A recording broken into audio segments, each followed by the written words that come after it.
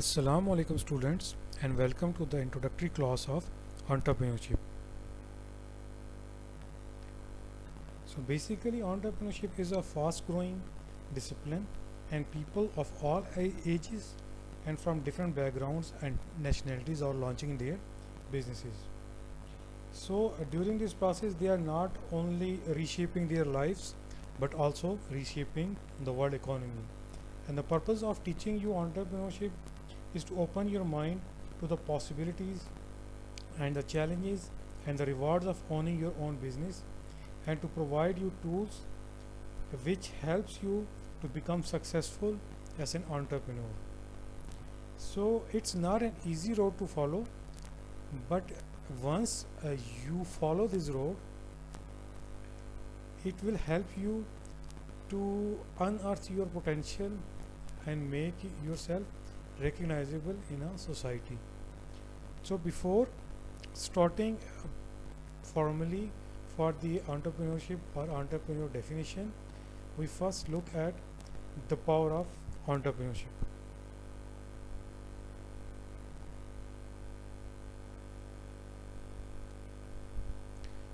So basically on earth there are about 7 billion of us, and 1 in 6 of us is unemployed.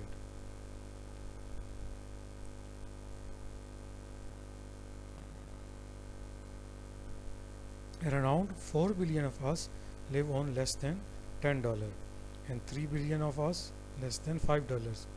So basically the idea is, if you are one of them unemployed, then you have few options like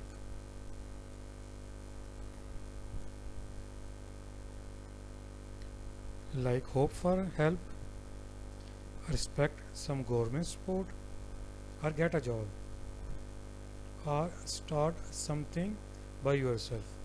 So if you want to start something by yourself, actually that is being an entrepreneur. So entrepreneur is a name who start businesses because they want to, because they need to, because they have a potential. There are few businesses which you can start by selling, making, inventing, building, growing some product or some services to make this world a better place.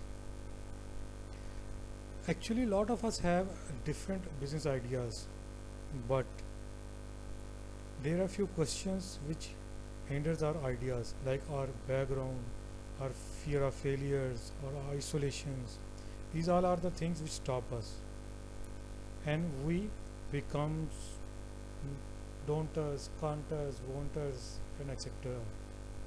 So it's never been easy to start a new venture or a business. Basically today we have so much technology, and technology leads us to information and knowledge, and the knowledge is basically a power which not only enhance our potential but also give us a channel to channelize all this power. So by incorporating those knowledges and information and ideas into our creative skills, we not only create our new business, but we can build our dream, we can build a team, we can create a whole new venture, not for the benefit of our own but for the benefit of society, so that our products and services change the lives of the people around us, our society, and make them a better place to live. So there are few other things which we can do, like making new markets, making new products, making new services, and so on and so forth. So basically this is the real power of entrepreneurship. By the way, while you are watching this, there are more than 800 entrepreneurs, 3000 this today, and there are millions of new entrepreneurs who have started their ventures. So this is the power of an idea, this is the power of an entrepreneurship, that how can they not only change their own lives but also change the society around them. So conveniently we can say that the business may change your bank balance, but the entrepreneurship will change your life. So basically entrepreneurship is a lifestyle more than doing some businesses and earning some profits. So now we are moving on to the proper and formal definition of entrepreneur. An entrepreneur can be defined as an individual who tries to create something new, who organizes different factors of production and undertake risks, and also handles economic uncertainties which are involved in creating new ventures.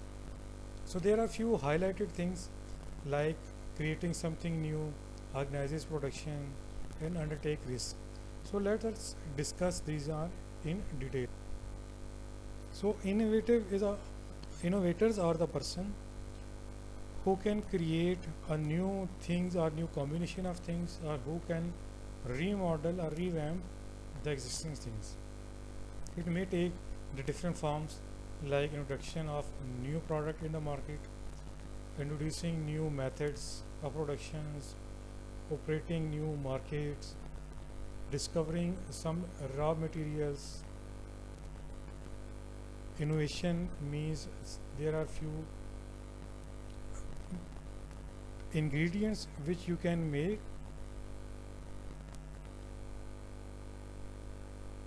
and incorporate it in such a way that the outcome of it will be a new product or service. And then there are different forms of organization as well, like nowadays there are few hybrid organizations which are working in the market. So let's have a few examples of the great inventors in the history, like Thomas Edison. He invented the tin foil phonographs. He is a prolific producer, and Edison is also known for his work with light bulbs, electricity, films, audio devices, and much more. Likewise, in 1876, at the age of 29, the Alexander Graham Bell invented telephone. So among these, this is among the first few innovation of the history, which is the predecessors of a photophone, which is a device which enables sound to be transmitted on a beam of light. Similarly, Henry Ford improved assembly line for automobile manufacturing and received a patent for a transmission mechanism, and also popularized the gas powered car with the model. Once George Bernard Shaw said, the people who get on in this world are the people who get up and look for the circumstances they want, and if they can't find them, they make them. Means कि जब लोग इस दुनिया में आगे बढ़ना चाहते हैं तो वो लोग आगे बढ़ते हुए अपने लिए डिफरेंट किस्म के सर्कमस्टांसेस को जो हैं वो पैदा करते हैं अगर वो उनको अवेलेबल नहीं होते. So basically this is the definition of an entrepreneur from George Bernard Shaw. So the second highlighted thing in our definition is that the entrepreneur organize different factors of production. So basically the entrepreneur is the one who combines the factor of production like land, labor, capital and so on. So by selling the product in the market, he actually pays interest on capital, rent on land and wages to laborers and other things as well. Means there are few things which are factor of production like we have a land, we have a labor, we have a money. ठीक है, he invests these things in some venture and make some production in the shape of either product or a service, and then they sell it into market for a profit. And the third thing is that entrepreneur is a risk taker. So यहाँ पे हम लोग risk taking का एक quadrant देखते हैं जिसमें there are 4 different quadrants, and on y-axis we can see there are minor consequences and major consequences, and then on x-axis we have a likelihood of those consequences, like कि यहाँ पे इसका occurrence के chances ज़्यादा हैं और एक जगह पे कम है. लो मीन्स के occurrence के chances कम हैं, एंड हाई मीन्स के उस consequences के occurrence के chances ज़्यादा हैं. So in first quadrant, which is quadrant A, that is about the ignorable risk, means there are minor consequences and there are low likelihood कि ये वाला रिस्क जो है वो अकर होगा. इसका क्या मतलब हुआ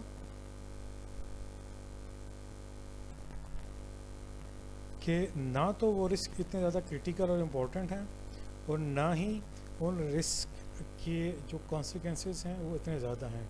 सो हम लोग इस जो रिस्क है इसके ऊपर इतना ज़्यादा टाइम वेस्ट नहीं करेंगे और हम इसको इग्नोर कर देंगे.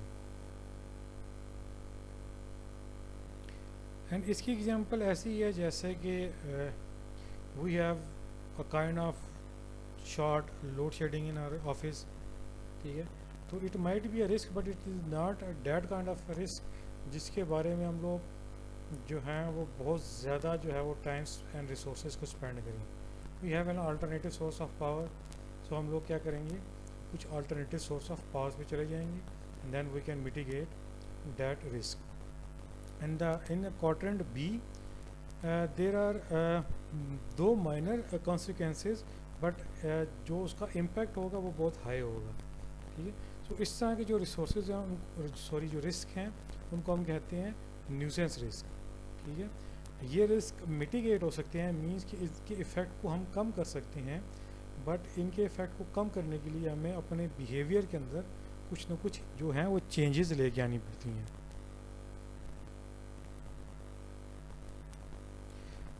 ये इन रिस्क की एग्जांपल इस तरह से होती है जस्ट लाइक कि your printer is out of cartridges और टोनर, कि उसका जो टोनर है वो ख़त्म हो गया है. One of your employees get sick,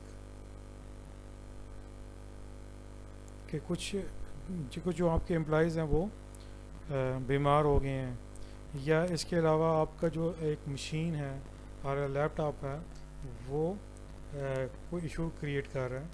ठीक है, सो या उसके अंदर किसी किस्म के कोई वायरसेस इफेक्ट कर गए हैं. So this might be a risk which prove to be a nuisance, but थोड़ी सी आप एफर्ट के साथ अपने बिहेवियर में चेंजेस के साथ इनको मिटिगेट कर सकते हैं. Now the C quadrant in which there are major consequences but the chances of occurrence is very low, means के उसके consequences तो ज़्यादा हैं, critical हैं, बट उसके अकर होने के जो चांसेस हैं वो बहुत ही मिनिमम हैं. तो इसको हम क्या करते हैं, इनको हम कहते हैं इंश्योरेबल रिस्क, मीन्स कि इनको आप इंश्योर कर सकते हो इंश्योरेंस के थ्रू. ठीक है, सब इंश्योरेंस कंपनीज आपको उसके जो है सारे इंश्योरेंस प्रोवाइड कर देती हैं, और अगर आपको कहीं भी वो रिस्क होता है तो उसके जितने भी जो बेनिफिट हैं वो आप क्लेम कर सकते हो इंश्योरेंस कंपनी से.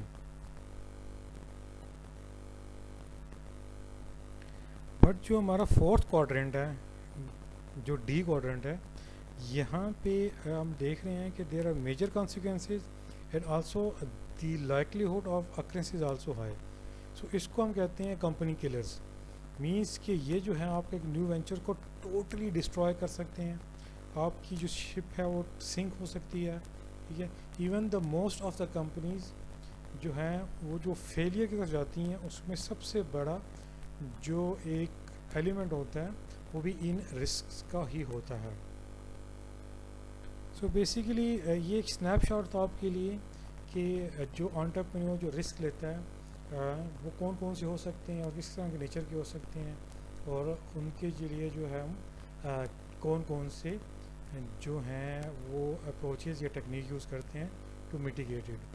बेसिकली हम इसको डिटेल में इंशाल्लाह पढ़ेंगे इन आर रिस्क मॉड्यूल, जो कि आने वाले लेक्चर्स में हम लोग कवर करेंगे।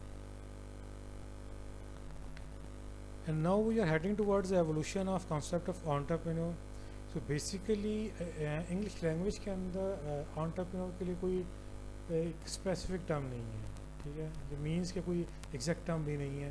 सो in English they are derived from a French word known as entreprendre, which means to undertake. So in the early 16th century, the Frenchmen who organize and lead military expeditions were referred to as entrepreneur, means he is undertaking some things, some processions, and some expeditions. So after 1700, the term was applied to other types of adventures, mainly in civil engineering and construction businesses or sectors. So next हम move on कर रहे हैं अपनी history of entrepreneurship में through different eras. S U can see कि यहाँ पे जो है वो 12 डिफरेंट जो पीरियड्स या डिफरेंट एराज जो हैं वो डिपिक्ट किए गए हैं इस ग्राफिकल रिप्रेजेंटेशन के अंदर, ठीक है। सो हम देखते हैं कि जो सबसे पहला वाला है that is the era of hunting और द पीरियड ऑफ हंटिंग। सो जो हंटिंग के हमें ट्रैक्स मिलते हैं वो इस तरह से है कि जो ह्यूमंस हैं वो शुरू में when in a stone age वो लोग जाते थे for hunting, they chase and kill animals for survival, and so chasing and killing is unpredictable, but the value they got is they get food from hunting of animals. तो वहाँ पे जो शुरू में हम जिसको उस ज़माने की मार्केट कह सकते हैं और फ्री मार्केट कह सकते हैं, वो बेस कर रही थी उस प्रिमिटिव किस्म की हंटिंग सेशन के ऊपर, जहाँ पे वो डिफरेंट किस्म के एनिमल्स को हंट करते थे और उसको वो ऐसा फूड लिया करते थे। Likewise when we are continuing through these eras, तो हम लोग देखते हैं कि जो नेक्स्ट एरा है फ्रॉम 10,000 BC, तो वो it's an era of growers में ये होता था कि लोग फिर कल्टीवेट करना शुरू कर दिया, एग्रीकल्चर प्रोड्यूस की तरफ they are moving towards to obtain food. So उसका पर्पज़ क्या था? जो हंटिंग थी that is unpredictable and by chance, but cultivating plants and vegetables is more predictable and stable way to obtain food. So basically यहाँ पे जो हमारे पास value है वो फूड की है, और उस फूड का जो सोर्स है डेट इज़ वेजिटेबल्स और प्रोड्यूस। अच्छा, अब हम थोड़ा सा तारीख़ में आगे बढ़ते हैं in 500 AD। So we can say that see that there are warriors, ठीक है, from hunters to grower, and now we are heading towards warrior के वहाँ पे डिफरेंट किस्म के वॉरियर्स हुआ करते थे। और ये वॉरियर्स वो लोग होते थे जो कि किंग के लिए काम करते थे, एंड यहाँ पे ये होता था कि उनके पास एक क्विकर वे था कि ना सिर्फ कि अपने जो लैंड है उसको एक्सपेंड करने का, बल्कि जो डिफरेंट किस्म के रिसोर्सेज हैं उनके ऊपर भी हुकूमत करने का, ठीक है।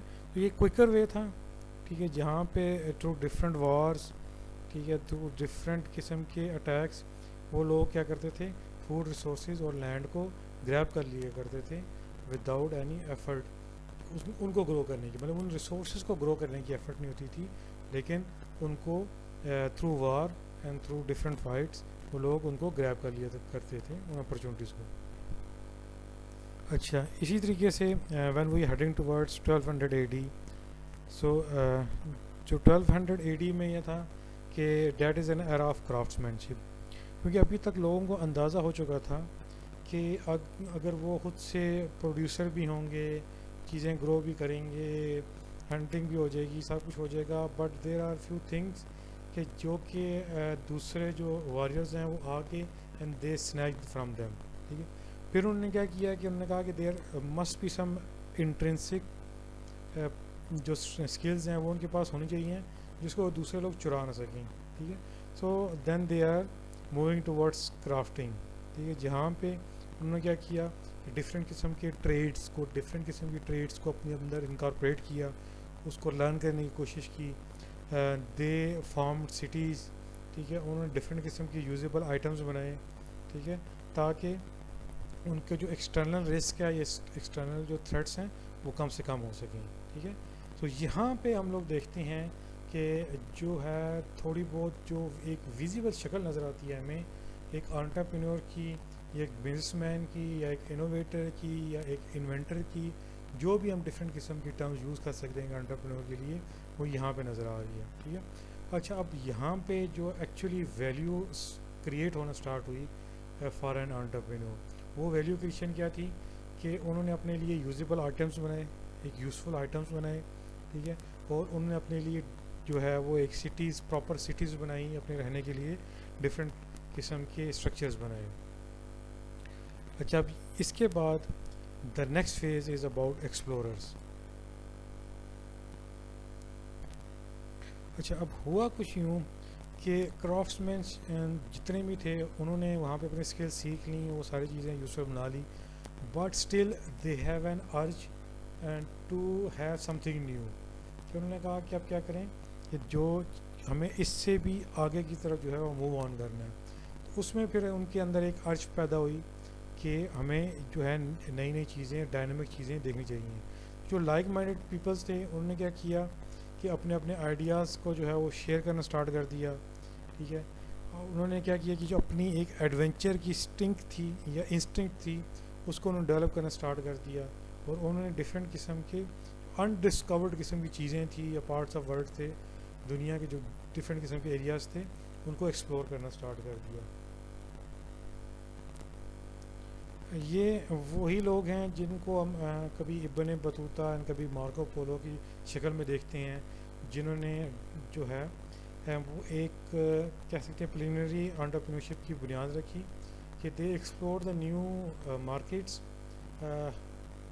बेसिकली उनका आइडिया मार्केट एक्सप्लोर करने का नहीं था, उनका आइडिया था दुनिया को एक्सप्लोर करने का, घूमने का, फिरने का, ठीक है। But once they explore new areas, तो वहाँ के कुछ लोगों ने उनको ये सजेशंस दी कि क्यों ना जो हमारे यहाँ के प्रोडक्ट है वो भी आप साथ ले जाएं, अगर इन केस वो वहाँ पे जाके सेल आउट होती हैं तो it would be more beneficial for us, और आप क्या करेंगे उसके बदले में वहाँ से दूसरी चीज़ें हैं जो उस इलाके की चीज़ है, उस एरिया की जो चीज़ है जो वहाँ पे है वो अपने साथ लेते हुए हैं। सो बेसिकली ये एक लूज फॉर्म में हमारे पास एक बिज़नेस की, एक सेलिंग की, एक मार्केटिंग की, एक डिस्ट्रीब्यूशन की शक्ल आई थी जो कि थ्रू एक्सप्लोरर्स हमारे पास आई थी। अच्छा, अब सवाल यहाँ पे ये राइज़ करता है कि यहाँ पे वैल्यू एडिशन क्या है। यहाँ पे जो वैल्यू एडिशन वो ये है कि they are venturing into the unknown world, ठीक है, जो कि उनके लिए अननोन थी, and they are also bringing back some precious commodities, कि वो कुछ कमोडिटीज़ हैं उनको भी अपने साथ वापस लेके आ रहे थे, एंड इसी तरीके से जो एक मार्केट का साइज़ है, एक जो लाइन ऑफ प्रोडक्ट है उसके अंदर भी इंक्रीज़ आ रहा था। अच्छा, अब जैसा कि मैं आपको बता चुका हूँ कि ये वो first major ground breaking stepping stone था जिसके थ्रू जो हमारे एक बिज़नेस है, ये जो एक वेंचर है, उसकी फाउंडेशन ले हो गई थी, एक विजिबल स्ट्रक्चर ले हो गया था। उसके बाद द नेक्स्ट एरा जो 1550 एडी है, उसके बाद वाला अप टिल 1700, वहाँ पे हमारे पास मर्चेंट्स आए, ठीक है। मर्चेंट्स ने क्या किया, वो जो अनएक्सप्लोर्ड पाथ थे जो कि एक्सप्लोरर्स ने एक्सप्लोर किए थे, उन्होंने क्या किया, वहाँ पे ट्रेड रूट्स किए, उसको मैप आउट किया, नक्शे बनने स्टार्ट हुए, ठीक है। वो अपनी जो प्रोडक्ट्स हैं उनको लेके गए, वो वहाँ से जो डिफरेंट किस्म की एग्जॉटिक गुड्स हैं उनको ट्रांसपोर्ट किया, ठीक है, उनको सेल किया in Europe, in America and in different countries. ठीक है। तो यहाँ पे हमारे पास जो वैल्यू एडिशन है वो ये है कि यहाँ पे कंसेप्ट आया जिसको हम कहते हैं foreign goods and domestic goods का। ठीक है, दो के ये टर्म्स शायद बाद में थोड़ी सी रिकग्नाइज हुई, बट हम कह सकते हैं कि इन टर्म्स की जो रूट है वो इसी एरा से हमें मिलती है। ठीक है, कि हमारे पास कुछ डोमेस्टिक गुड्स थी जो कि वो लेके गए फॉरेन मार्केट के अंदर, और जो फॉरेन गुड्स हैं वो वापस आई हमारी डोमेस्टिक उसके अंदर।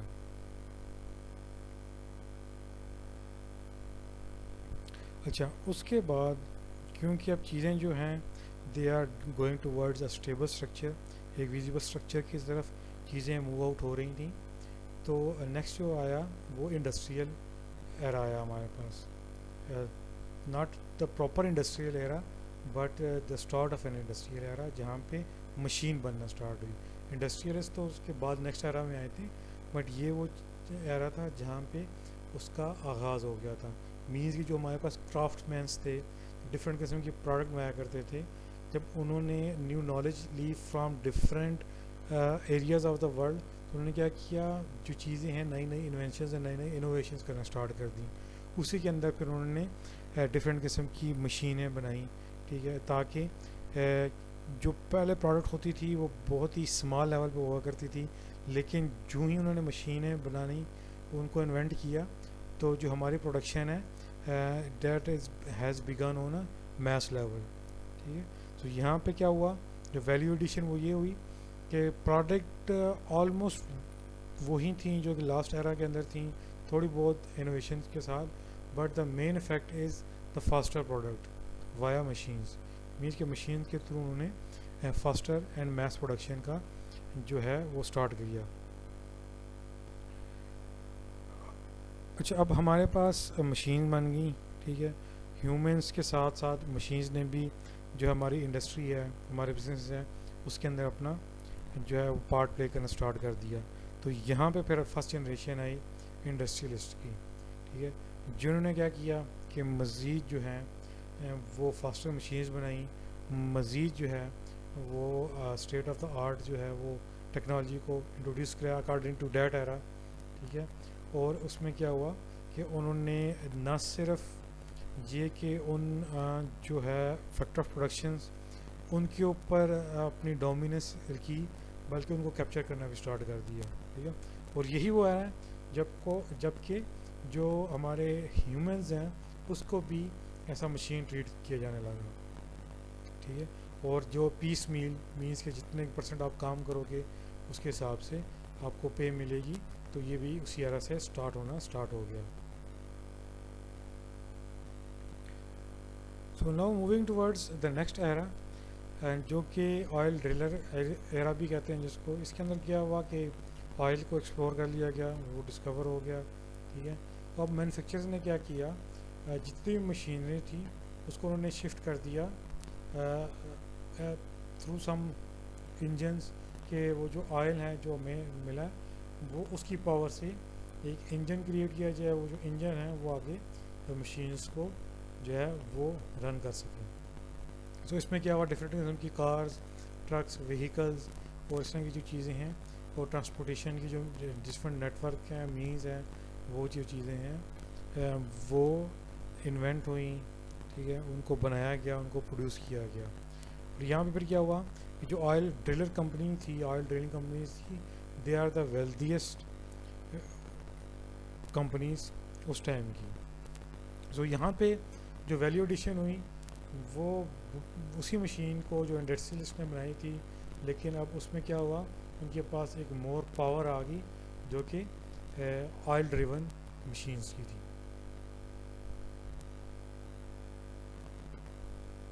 अच्छा, अब उसके बाद हमारे पास आ रहा मिड 19th सेंचुरी का, 1900s का।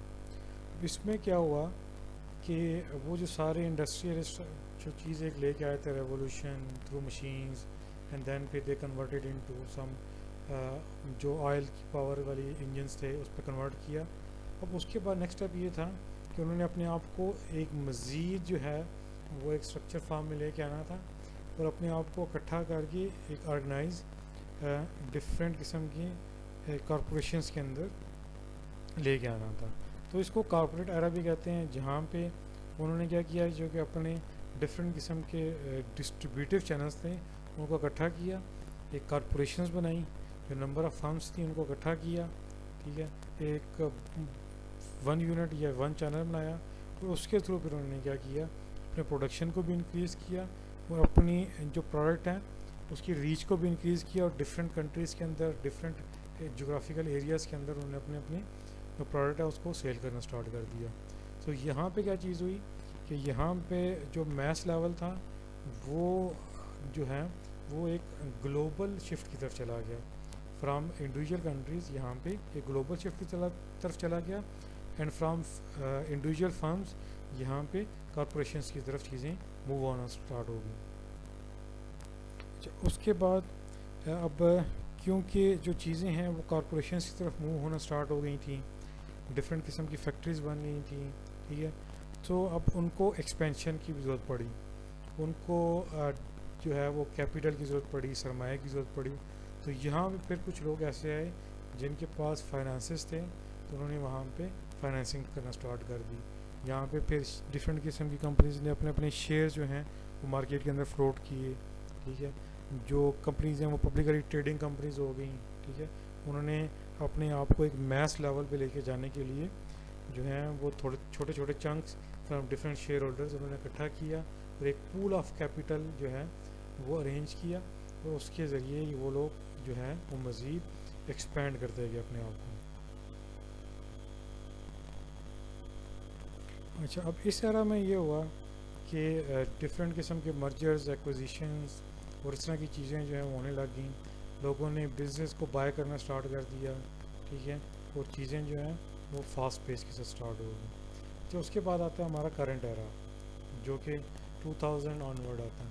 अब यहाँ पे क्या हुआ, यहाँ पे एक साइड पे तो थी लार्ज कॉरपोरेशंस, ठीक है, उनके पूरे नेटवर्क, ठीक है, लेकिन उसके साथ ही यहाँ पे एक और कंसेप्ट हुआ जिसको हम कहते हैं स्टार्टअप्स का कंसेप्ट। मीन्स कि छोटे छोटे स्टार्टअप स्टार्ट किए, इंडिविजुअल्स ने स्टार्ट किए, एंड छोटी छोटी टीम्स ने मिलके बनना स्टार्ट कर दिए, थोड़े से 2-3 पार्टनर्स ने मिलके वो स्टार्टअप स्टार्ट कर दिया, ठीक है। अब उसमें ये हुआ कि they are moving towards customise product, ठीक है, एक कस्टमाइज प्रोडक्ट और फास्ट पेस्ड प्रोडक्ट जिसके अंदर न्यूएस्ट टेक्नोलॉजीज़ थी, लोगों ने जल्दी जल्दी नई नई टेक्नोलॉजीज़ लेने जो लाना स्टार्ट कर दी, ठीक है, और उन टेक्नोलॉजी की बेसिस पे उन्होंने जो नई मार्केट जो अभी तक अनटैप्ड मार्केट थी उनको टैप करना स्टार्ट कर दिया। सो अब करंटली भी हम लोग देख सकते हैं कि there are so many startups, ठीक है, और उनका जो साइज़ है वो भी वेरी करता है। It may be a single और one man startup and up to some team and some managers and then board of directors as well. So ये वो डिफरेंट किस्म के 12 एराज थे जिसके अंदर हमने बताया कि कैसे एक ह्यूमंस फ्रॉम स्टोन एज के कारों वाले जगह से लेके तो कैसे आप जो state of the art technology को उन्होंने जो है ना सिर्फ जो है वो सीखा बल्कि उसको इम्प्लीमेंट भी किया, और चीज़ों को जो है इस हद तक फास्ट पेस पे ले गए हैं कि अगर आप देखा जाए तो एक टेक्नोलॉजी जो है उसकी जो ओवरऑल लाइफ है वो ही बहुत शॉर्टन हो गई है, ठीक है। इट कम्स टू के after 3-4 months we are having a new technology and a new product जो कि उसको आउटडेट कर देती है हमारे एग्जिस्टिंग प्रोडक्ट को। So this is about our first lecture and introduction lecture, जिसके अंदर हम लोगों ने डेफिनेशन पढ़ी है एंटरप्रेन्योर की, कि एंटरप्रेन्योर एक ऐसा बंदा होता है जो कि डिफरेंट फैक्टर ऑफ प्रोडक्शंस को जो है वो कंबाइन करता है, और उसके पास एक आइडिया होता है, ठीक है, उस आइडिया को की बेस पे उन फैक्टर ऑफ प्रोडक्शंस को यूज़ करते हुए वो डिफरेंट किस्म की टेंजिबल या इनटेंजिबल जो है वो प्रोडक्ट बनाता है, ठीक है, एंड देन उन प्रोडक्ट को जो है वो अपनी कंट्री की जो इकोनॉमी है उसको बूस्ट करने के लिए यूज़ करता है और अपनी प्रॉफिट मेकिंग के लिए यूज़ करता है, और उसके अलावा कुछ प्रोडक्ट ऐसी होती हैं जिसको वो सोसाइटी के बेनिफिट के लिए भी यूज़ करता है। So guys, this concludes our today's lecture, ठीक है, ये हमारा पहला लेक्चर था। इंशाल्लाह next time we come up with few other facts or few other concepts. ठीक है? And if you have any queries, you can reach me on Teams, और इसके अलावा हमारा जो दूसरा है डिस्कशन का ग्रुप, उसके अंदर भी आप लोग मुझसे क्वेश्चन आंसर्स पूछ सकते हैं.